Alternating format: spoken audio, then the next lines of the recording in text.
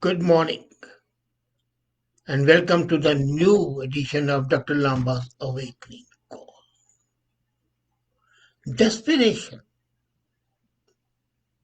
calls for drastic measures, and most of those measures are full of deceit and dishonesty. As a matter of fact, when nations, people, states are desperate for any reason, then everything is fair. And it's war, war, war all the time. New alliances are built up, and these alliances are, in fact, based on dishonesty, deceit, treachery. And we see a new such alliance coming up, which is born of parents, starting with two D's: desperation and deceit. According to the news reports that we have been reading, PLA on the Indian borders has been entrenched, and the possibility of a brutal invasion cannot be ruled out. And this is so even when the high level talks are going on. The army commanders have been talking to each other for the last 14 hours, as reported today morning. But is there any hope? China has been able to co opt Nepal, Pakistan, and Iran. Now, Nepal's cooperation might be limited, but Pakistan and Iran are becoming very close, and both are failed states. Being failed states, they need succor, they need help. And China is wooing them with big bucks. Unfortunately, China itself might be fast running out of those big bucks, but the way they have economically colonized practically the whole world. And if you go to a supermarket today, 90% of the things you find are made in China. So, with the money pouring in and with the new bit currency that they have started just 10 days back, they have money to buy failed states, buy the politicians over there, dangle carrots, and not only ordinary carrots but golden carrots. And what the diplomats say, the Chinese diplomat, if Indians accept it with a grain of salt even, that will be undesirable. They are just buying time. It has always been like that with Communist Party of China. I have to say that China under President Xi, who is failing on all fronts, is really worried. But his power depends on a victory in any offensive field he has opened up. Till now, he has not been successful. He tried Vietnam, failed. He tried to push over in South China Sea, he has not been successful. And the coronavirus and other epidemics have left Chinese people in a muddle. Actually, he has made a mess in China, and the same mess is in Pakistan. So much so that military, which is supposed to be the holiest cow in Pakistan, yesterday had to talk to the opposition leaders, requesting them not to bring in the name of the army in their discussions with the government. He has made a massive mistake, as earlier Mao did, to his people in trying to bring about communism in his country. It was nothing short of what Hitler or Stalin did with the ideology. It's a repeat. Hitler was there, then Stalin, then Mao, and now Xi. As a matter of fact, when the people criticize fascism, honestly, they are mistaken because fascism is nothing but communism in a different dress. And very few people realize that after what Russia and China went through, how can they differentiate, condemn fascism and not condemn communism? In Russia, it was a gulag, and China, it was a great leap forward in the Cultural Revolution, where in that Cultural Revolution, more than 17 million citizens died through starvation. And I often wonder how democratic countries, with the rule of the law, could get sucked into the sweat of dealing with countries like Iran, Pakistan, China. North Korea would not be in existence today were it not for the props that support it, and those props are China. For that matter, even Pakistan is a client state of China and can be seen as a part of the axis of evil. I wrote a note that the options for Pakistan are limited. Either it declares itself as a failed state, which it is, or becomes a vassal state of China. So, as a client state of China, North Korea and Pakistan have to do what they want to do. Coming back to Z, he has had many purges. Recently, the people who condemned him have been imprisoned to 18 years of jail. Do you think he can be replaced? Do not believe anything that the Chinese analysts say about Z losing power. He will not lose power. He made sure in the years he has been ruling to destroy every center of power that could be a challenge to him. So there is no use of talking to China anymore. Not when the diplomats say one thing and PLA does exactly the opposite. This is a tragedy. The diplomats say the Foreign Minister Jaishankar, Defense Minister Rajnath, they go and talk to the ministers. But PL is reporting directly to Z, and they don't care what the Foreign Minister, the Defense Minister have agreed. They are still there. It's a well orchestrated and fine tuned effort to distract from the day to day events taking place in China and unite people, the Chinese people, against two bogies. One bogey is India, the other is West, America primarily. China is great at propaganda, it has thrived on it. And the democracies of the world are open and get infiltrated by communism agenda even without knowing it. See how the Democratic Party in USA has been subverted and becomes the spokesman, a spokesperson to be politically correct, of communism. Today, the Democratic Party is out and out indication of McCarthy era when communism was a dirty word.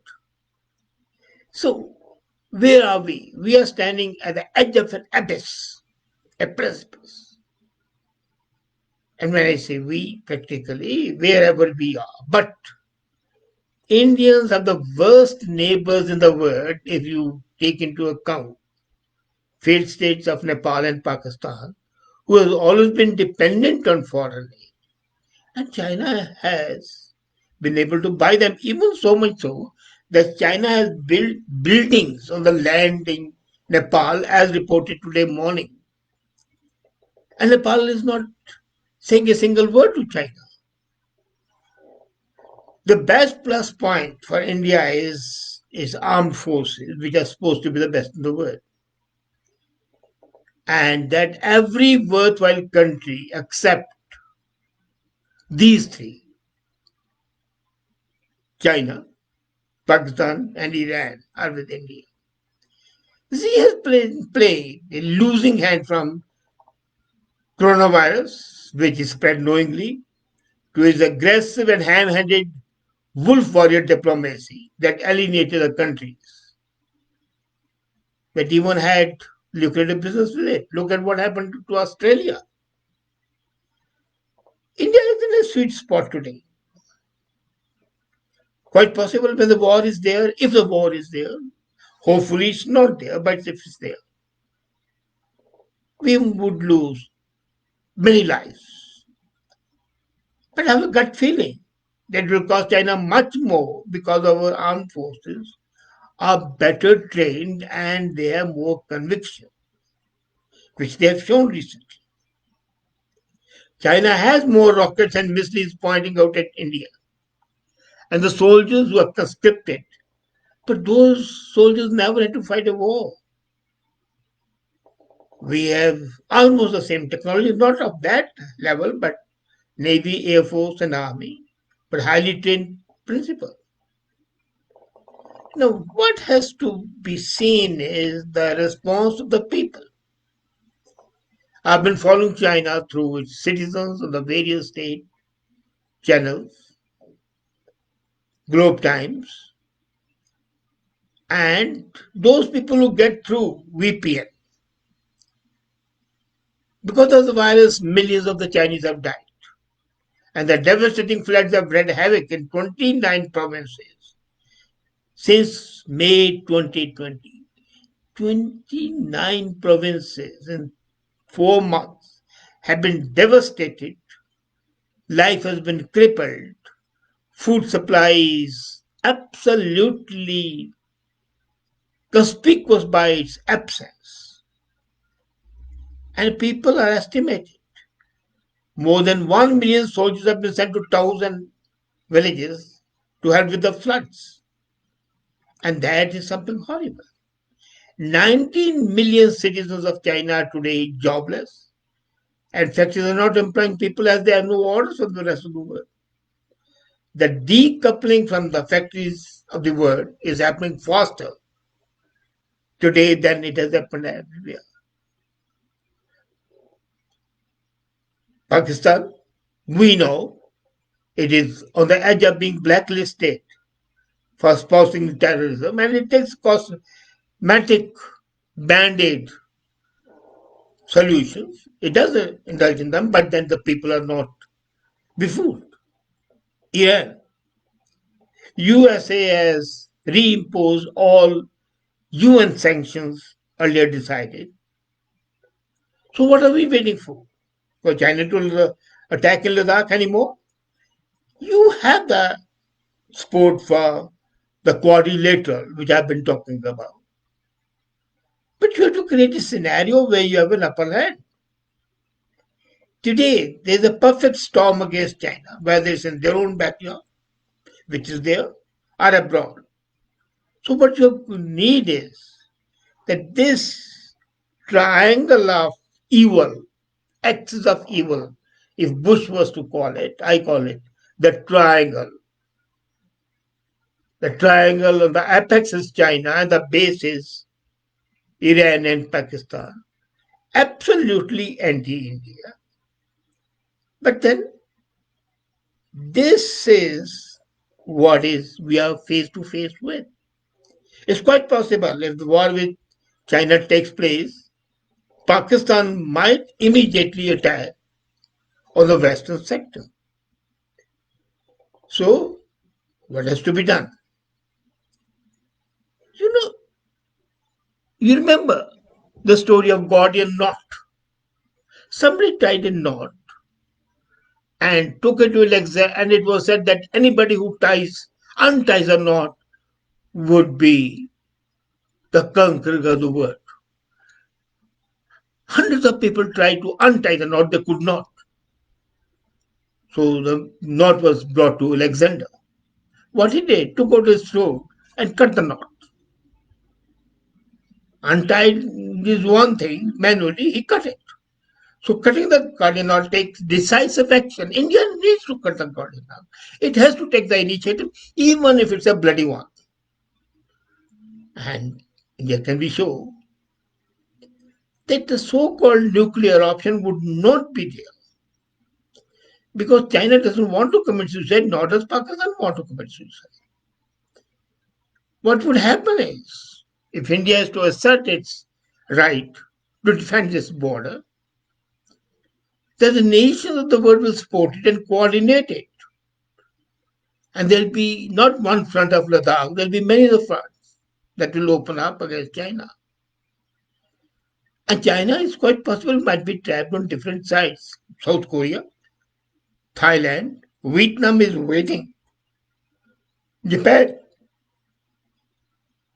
trade-wise, Australia, Japan, Philippines, Europe, America. So China would be and can be surrounded by the enemies. This is a scenario India has to work on. And it can, provided it can strategize properly. Now, when you are face to face with the axis of evil, then you would find that the righteous nations always unite. You remember what happened in the First World War when the whole world united against Germany. Second World War situation was identical. There were three countries which were holding the world to ransom: Italy, Japan, and Germany. These allies were face to face with the whole world. And for the only reason the world was opposing them was because they were evil. It's another thing that the evil did not end with the Second World War. Evil lived ever after. But that's the human nature. It's incumbent on any nation to defend its right, to give protection to its borders, and let not the burglars enter it. The principles. For we say every man's home is his castle. So every border is sacrosanct. And the axis of evil, born of desperation and deceit, born of jealousy, hatred, born of compulsions of enmity, has to be dealt with. And the only option for India is, and I'm not a warmonger, today India has to realize that the drastic maladies need drastic remedies. And India has got to cut the Gordian knot if it has to survive as a vibrant nation, which it is. Let's see how the government of India acts and reacts to this axis of the triumvirate, the triangle of evil that is facing. Thank you.